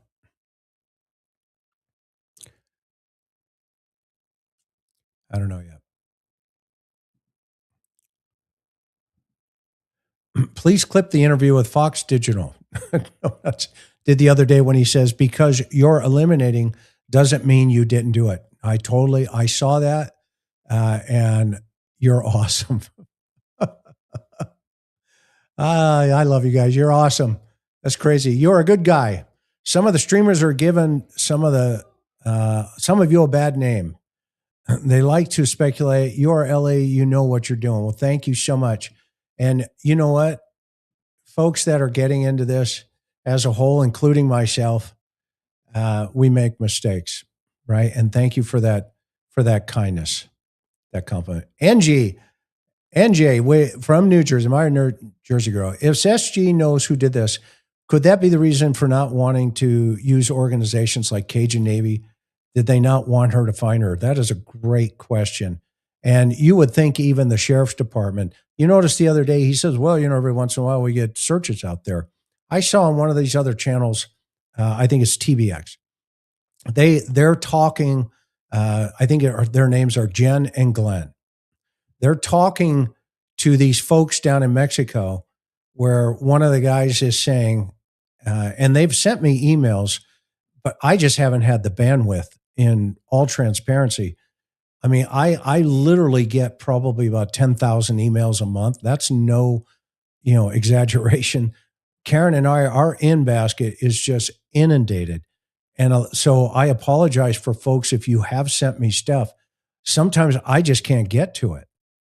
I don't have time. I'm still with the Cold Case Foundation. I'm still working, other murder cases, real time murder cases. So, as you know, we're doing the Ramsey series. We're meeting with them every Tuesday. And so, I have what they call a PhD, a piled higher and deeper sometimes. So please forgive me. But where I was going with that is these YouTubers, these great people, good people, are talking to various people and some of the people that were down in this Mexico search just to kind of get a feel for the legitimacy of some of this stuff coming in. I personally never say never, but that's going to be maybe porch guy versus, the second and third people. I still think there's at least two. I think the driver knows that neighborhood. And I think that driver and that porch guy somehow, some way are going to be connected to that house and the circle of influence in that house. Meaning whoever it's going to end up being could be, the pool guy, the HVAC guy, could be the people in the casita. It could be the RPs. It could be anybody that, a friend of the band, of this guy, of that guy. It won't surprise me one iota. Okay. I have my own personal opinions. I'm not going to drop those just yet. But I think most of you know where I particularly am leaning. But I'm just one guy. And there's a lot more people out there. But one of the things Nancy Grace said to me at CrimeCon, she had me stand up. I think there were like 5,000 people in this arena, I guess. And she goes, that guy right there thinks that the family is involved. And I answered it, honestly. I said, well, this guy right here, okay, wouldn't take him off the plate yet, personally. And I'm not talking about Savannah or Cameron, unless there's evidence that they were 3,000 miles closer. But I don't see that evidence personally. But I'm not going to also discount what I do see. And I'm not going to pretend. That's not my role. My role is to tell the truth, whatever that is. And the truth sometimes hurts. I'm an honest person. I still testify in murder trials today. And the last thing I want is a defense attorney to pull this tape and play it in a court hearing where I'm sitting on the stand. Okay? Not rocket science. I'm going to tell it the way it is. I'm sorry. I have to stand before a judge, and I have to stand before God, who will be the ultimate judge. I want to stand there, hopefully, saying what I said. No ifs, ands, or buts. Perhaps the second letter was initiated to help expedite a death certificate. That's a great question. Or that's a good point, Tammy. At Tammy Guthrie. Perhaps. Interesting. I mentioned on another show that you can see outline of top of foot through perp shoes. Oh, yeah. Awesome. Let's see here. If this is hey, there's Mikey. How are you, buddy? If this is because of a weirdo feeling mistreated by Savannah for some kind of revenge, being kind or thankful to strangers might be a better approach. Amen, brother. And not only that, why the shift from first note to second note? From Savannah to the Guthrie family. If he wanted to hurt Savannah, to your point, Mike, why is this guy now going after the Guthrie family? Has he gone from a singular stalking scenario to now the whole family? In that second note, it would have made no sense. And by the way, now that we've seen this last statement, we've got the whole family at the press conference in this statement. Now let's wait for the physical one to where they get in front of the national news because they're not making a profit. And everybody can ask the questions to the whole group. More importantly, the RPs. What they saw, what they heard, what they thought, what it was like hanging out with mom for the very last night. And maybe they can write articles about that in the Wall Street Journal and the New York Times. I have, what has family done to search for mom? It's a great question. I'm sure they'll answer that at the press conference. It just hit me. Why would not showing up online morning church be a red flag? That's a great question. The walk down the driveway reminded me of the royal family looking at the Princess Diana Memorial. Absolutely. That's a really interesting observation. What did it feel to you when the memorial was torn down? Right? Chris, can you possibly question the witness on the witness stand if this case ever makes it to a trial? In my opinion, you're the GOAT. Thanks, Libby. You're awesome. One of the biggest compliments I ever had was from a very dear friend of mine at the DA's office in San Diego, which, by the way, I had a 90% solvability rate. I guess that's okay. 9 out of 10 times I was on target with the evidence, following the evidence. Not necessarily me. It's the evidence that speaks to you, and then the witness that speaks to you, i.e. the victim. And if you just follow it, and then you read all the lab reports, and you connect all those dots, well then, you know what? It gets there. Now, it doesn't mean you can always put handcuffs on somebody. And that was an interesting statement that Nanos made. It doesn't mean you always get to hook people up. But they know that you know. But there are other things that you can do. You can get creative police work 101. There's other things that you can play. Remember, there's no statute of limitations on a buried body in the desert, because that's what the suspect, if those notes are legit, what the suspect just told us and told the world, your mom's buried in the desert somewhere. That's called homicide. Now they just need to find that body or proceed with a case without a body through circumstantial evidence. And you can get that through every little piece. I've done this drill before. Let me give you an example. How'd you get in the house? Remember, if people lie in a homicide investigation, that's really good evidence. Juries do not like liars. They can't stand them. They cannot stand it. So here's a question. How'd you get in? Yada, yada. All right. Let's say it wasn't true, untruthful, hypothetically. Why haven't we seen the garage door? What time the garage door opened in the morning? Well, there's no data for that. Oh, it's been erased? Yeah. How'd that happen? I don't know. Right? You can see where I'm going here. Eventually, you get enough stories that keep stacking up. Okay. Initial evidence, you could probably break this pretty easy. You start getting more stories. Where was the car? Where was this? Where was that? And now all of a sudden, all three of these things become somewhat problematic to break. This is called circumstantial evidence. Okay.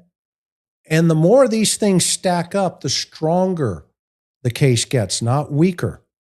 This is why trying a no body case like Michael Vaughn, okay, you now have the suspect saying, I want a deal.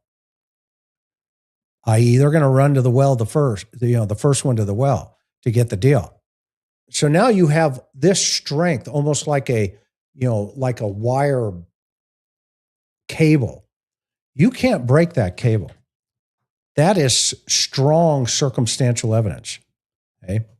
Sometimes circumstantial cases are much better than actually having everything staring you in the face. But the most important and amazing evidence is what comes out of the suspect's own vocal cords. That is the best evidence you can ever have in a case, where the suspect looks at you and says, I did it. Now the question is, to what degree did you do it? Is this a crime of passion? Is it an accident that could roll into maybe a manslaughter? What they call an involuntary manslaughter? Or is this intentional? Do you really have the intent? Did you have mens rea, which is an evil mind? Did you really have the intent to want to kill her? According to the note, no.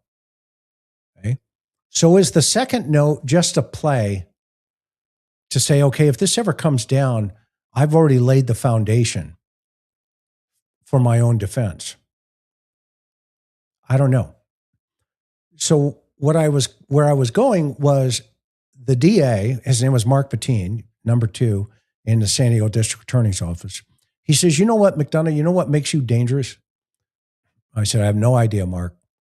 He says, you think like a defense attorney. That's what makes you dangerous.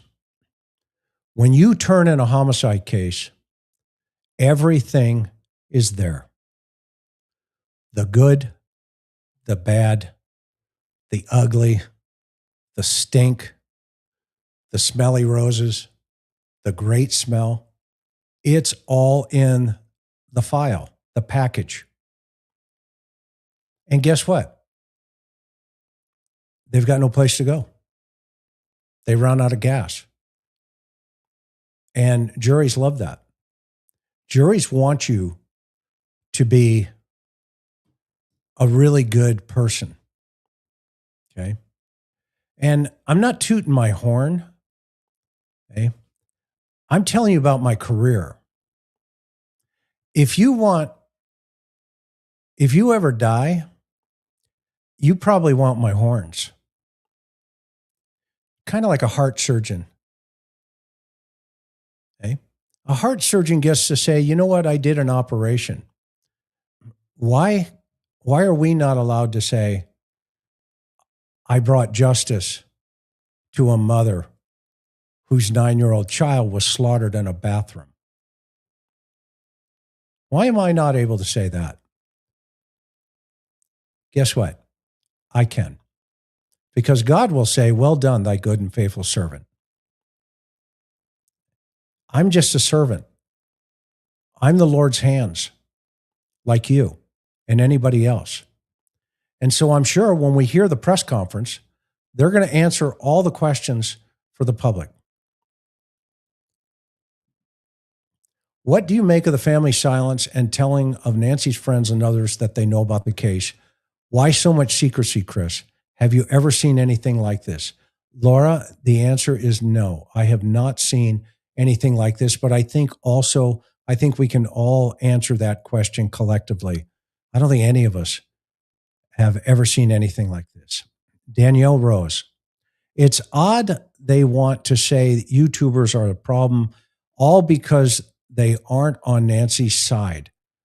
What if I was Nancy? I wouldn't care what YouTubers say. Shouldn't Nancy be happy because the more eyes on the case, better, right? You take care. Thank you. I agree with you, Danielle. I agree. The more, the merrier. Get them all there.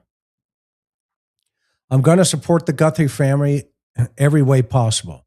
And if they believe she's alive, so do I. Nanos interview with Wyatt. Does he believe anything the family says? Hashtag the family narrative.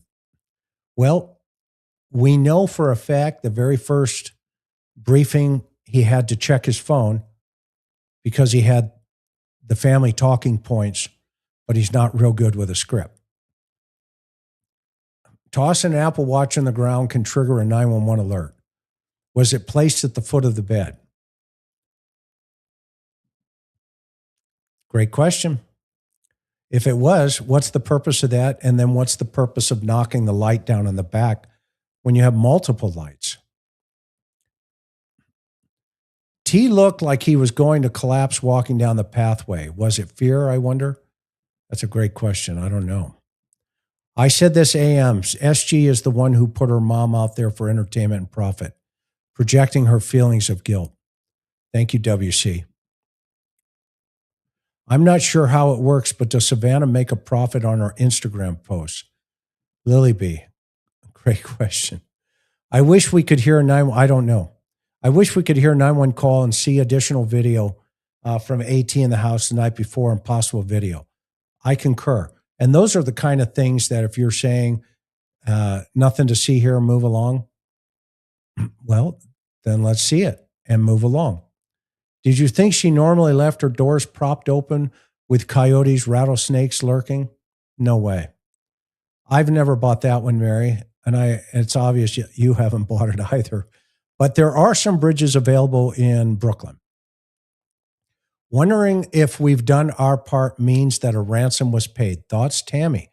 Well, I don't know. I've heard different things like you. I wonder if, I heard that TMZ put a couple of bucks into the account, but it was never taken. And then I've heard that, maybe somebody paid some, but I'm not seeing it. I'm not hearing it, but maybe we will. We'll get there. Mikey, I'm always here, my man. Sometimes I focus so much on your breakdowns. Listening is more important than talking, and that's how we learn. I concur, and I learn the same way, without a doubt. You guys know my experience with Jigsaw John. That man transformed my life. Can you confirm there was a new detail? Okay, I answered that earlier. No, that's the lieutenant. Yeah, can you believe they promoted that guy? This is the guy that shut the crime scene down. And he was a sergeant overseeing the crime scene. And I hate talking about this, about, fellow law enforcement officers, but a mistake is a mistake and you call it as you see it. I can't tell you how many crime scenes I've been to where I've walked up with my flashlight on at night, let's say, and I look down and they're like, "Hey, Mac, great to see you here. Okay, great. What's up?" And we circle up and we're talking. And I say, "Oh yeah, then there's a blood trail right over there." And I look down and there's blood right there. You can mean like right here? Yeah. Okay, well, let's move, shall we? Okay, well, we made a mistake. Guess what? I used to put it in my report. While I was walking up, we were standing in the blood. That took the wind away from the defense attorney to say, "Isn't it true? Where you guys were standing, there was blood on your shoes?" Yeah. because we made a mistake. Okay. See, juries get the fact that we're human beings and we make mistakes. Apparently, the sheriff hasn't heard that lesson yet, that, you made a mistake. It wasn't the FBI's mistake to shut the crime scene down within 24 hours or 48 hours. No, there's a TV show actually about it, about keeping it open as long as you can, 48 hours being the optimal that you can get it. I mean, they make a lot of profit off of that TV show. It's called The First 48 for a reason. Okay. And thank you, everybody who are putting super stickers and gifting. You're so awesome. We only ask one thing, and that you hit that subscribe button. You hit the thumbs up and hype this thing on all your social media pages. That's what Karen and I appreciate very, very much. All right. I've had you for 2 hours. We're going to run to Hawaii here. I'm going to put the rest of these up. And I want to say thank you so much for supporting us. We hit 300,000 because of you. You're our audience. You did this because you've trusted us. And I promise you, I will take care of that trust. I'm grateful for that. And Karen and I are so appreciative of each and every one of your generosity and just getting us there. My brother said that should help with the algorithm and keep things moving. The fact that you folks out there are sending this, to your friends and to your families, we can't thank you enough. We cannot thank you enough. Savannah was talking to her sister. You know what, Larry? That's going to be really interesting, but I'm not going to say no, brother. So that said, are you guys, I'm going to make sure there's, send the AG an email. We still have time. Those of you who have not done it, here's the reason why. So the Attorney General right now is making a decision whether or not they're going to indict Nanos on perjury based on the recommendation of the Board of Supervisors, because he apparently did and said information that was untruthful. They caught him on it, and then they recommended it to the Attorney General that they file on him. Now, here's the pluses. If, in fact, he is taken out of the picture, the defense cannot use him, and they won't use him because his credibility is out the window. If he stays in office, and this is the time I think that you can do this in Tucson or wherever you are, if he stays in office and this case is resolved, the defense will use him to their advantage. If a new sheriff comes in, the new sheriff can say, that was the other guy. And guess what will also happen? All those minions who are ordering people to make arrest and all this other stuff that they shouldn't be doing, they're going to leave because they're not going to hang around, because nobody's going to cover them. Nobody's going to watch them. It's like the bee watcher from Dr. Seuss. So there's the AG's email right there. Send them a message saying, do the right thing. Do the right thing. All right, everybody. Aloha. Be akamai, as they say in Hawaii. Make sure we're continuing to take care of each other. And the old saying, if it starts raining, make sure we walk between the raindrops. I'll see you on the next one. Take care.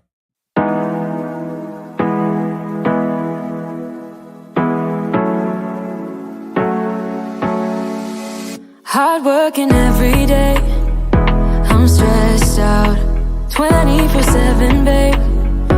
No timeouts, wish we could fly away. You and I go to our favorite place. Oh yeah, yeah. Make special memories together.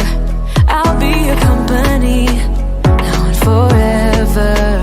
I say we fly away, you and me, go to our favorite place. Feeling the sun on my face in Hawaii. With you, Hawaii. With you, Hawaii. With you, Hawaii. I need a summer breeze, some fresh air to put my mind at ease. No cares. You wanna come with me? Me and you go to our favorite tree. Are you ready now? We jump on a plane now. We're taking away. Yeah, we're taking away. Don't hesitate now. We're taking away. Yeah, we're taking away. We'll never come down. We're going away. Yeah, we're going away. You and me. Feeling the sun on my face in Hawaii.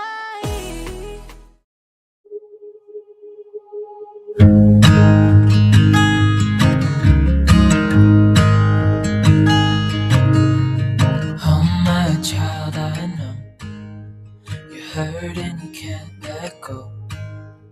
It's not your fault and you don't deserve all the bad and the hurt.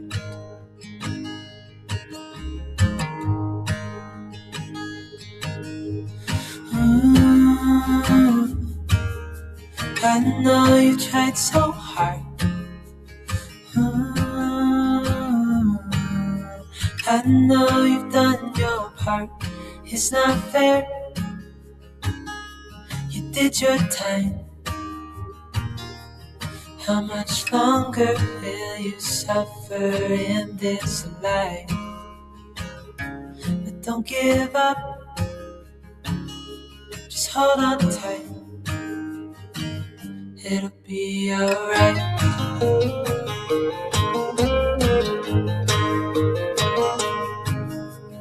All your life you've tried to be a good man inside. Did everything that you thought you should. Didn't seem to do you any good.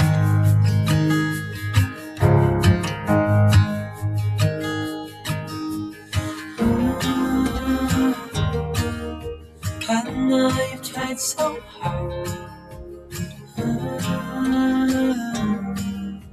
I know you've done your part. It's not fair. You did your time. How much longer will you suffer in this life? But don't give up. Just hold on tight. It'll be alright.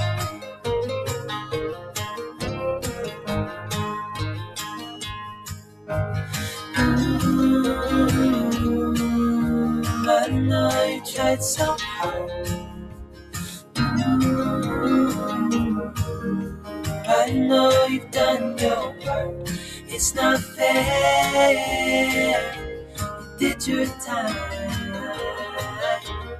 How much longer will you suffer in this life?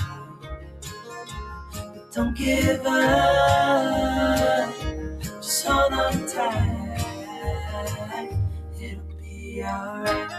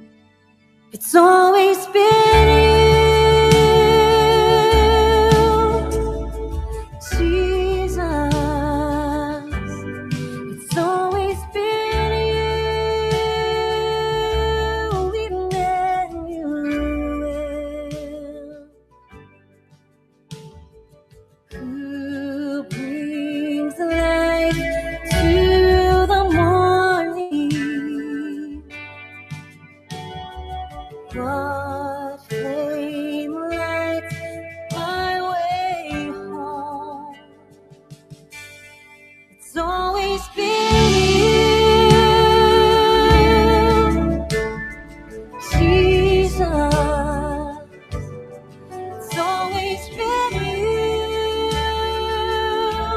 Emmanuel. I know I am loved so. Now I remember to see bright. It's always been you, Jesus. It's always been you, Emmanuel. It's always been you, Jesus. It's always been you, Emmanuel.